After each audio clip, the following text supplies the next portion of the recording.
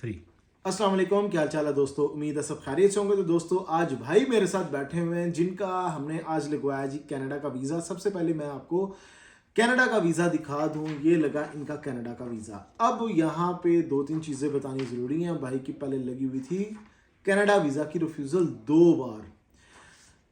बार refusal लगी हो, बल्कि एक बार भी रिफ्यूज़ल लग जाए ना किसी मुल्क से, बंदा कहता मैंने नहीं वीज़ा अप्लाई करना, क्योंकि वो डीमोटिवेट होकर बैठ जाता कि यार मेरा वीज़ा पहली बार में नहीं लगना, अगली बार में तो उनके पास रिकॉर्ड भी चला गया तो मुझे कैसे वीज़ा मिलेगा। भाई ने दोबारा से वीज़ा अप्लाई किया और फिर वीज़ा की रिफ्यूज़ल हो गई।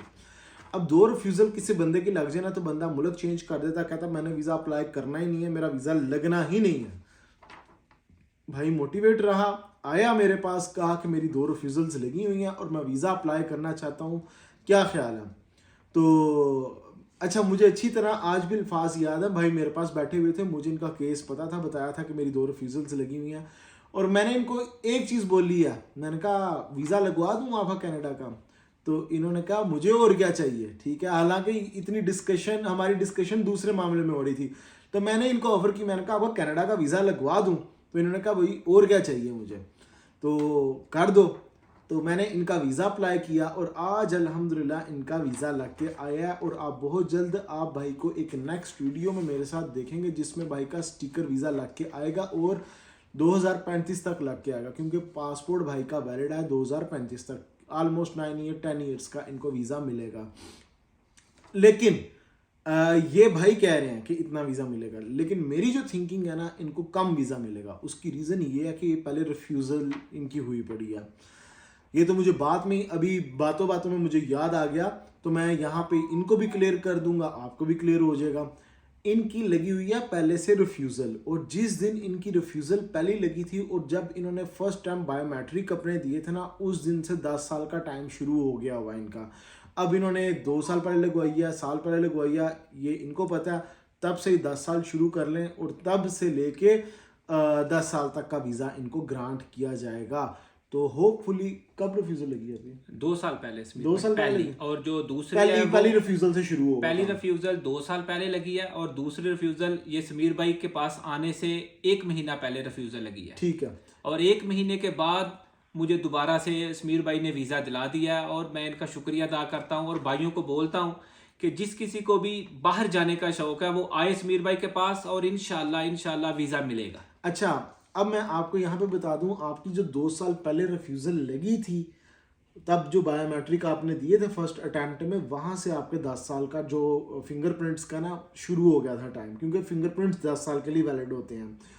तो उतना ही वीज़ा मिलेगा। तो अपने माइंड में आप अब रख के चलो 8 साल तक का वीज़ा मिलेगा। Okay sir. अब 9 साल का नहीं मिलना। आप जो 9 साल या 10 साल कह रहे थे ना मुझे जी कि जी मेरा पासपोर्ट इतना वैलिड है, जी, तो 2 साल उसमें से कम कर लें। कोई मसला नहीं है, ये वीज़ा मिल गया, इतना ही बहुत है। अल्हम्दुलिल्लाह, आपका शुक्रिया जी, आपने वीज़ा दिलाया हमें। अच्छा, अब मैं एक चीज़ यहाँ पे क्लियर करता चलूँ, कौन लोग एलिजिबल है, कौन अप्लाई कर सकते हो। आप खुद अप्लाई करना चाहते हो, घर बैठे वीज़ा अप्लाई करना चाहते हो, कैसे कर सकते हो।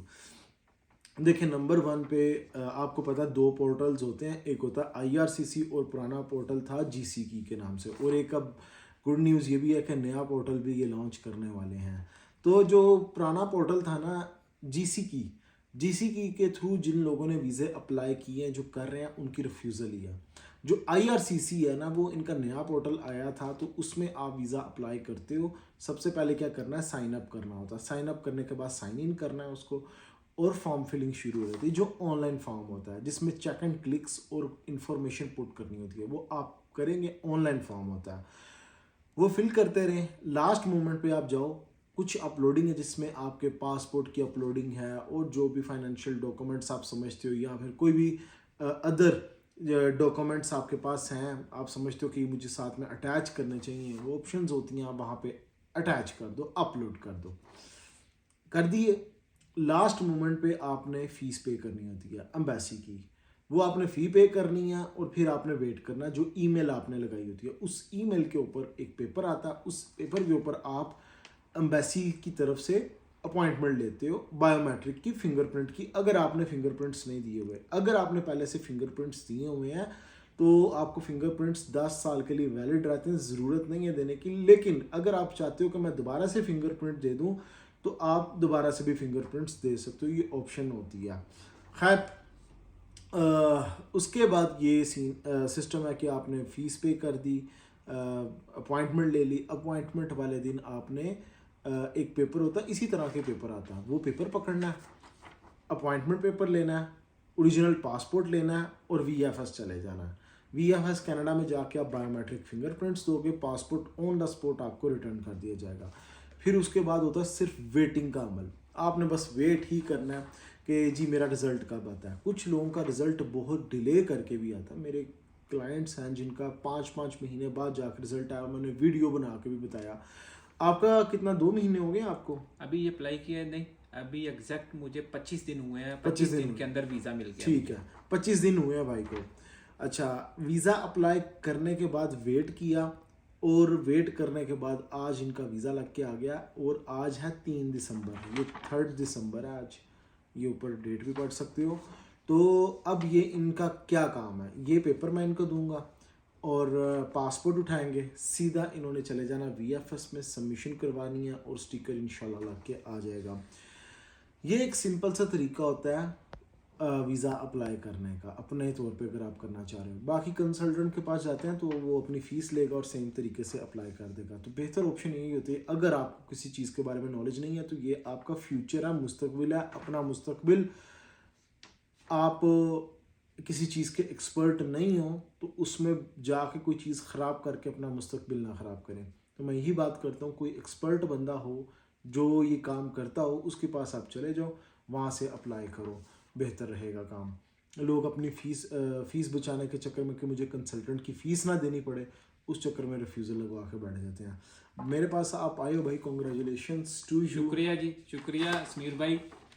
मैं फिर दोस्तों को कहना चाहता हूँ, जिन भाइयों ने अप्लाई करना है वो ज़रूर समीर भाई का ऑफिस विज़िट करें, इंशाल्लाह आपको वीज़ा दिलाएंगे इंशाल्लाह। तो गाइस नेक्स्ट वीडियो में मिलूंगा नए टॉपिक पे, ख्याल रखिए अपना, टेक केयर, अल्लाह हाफिज़।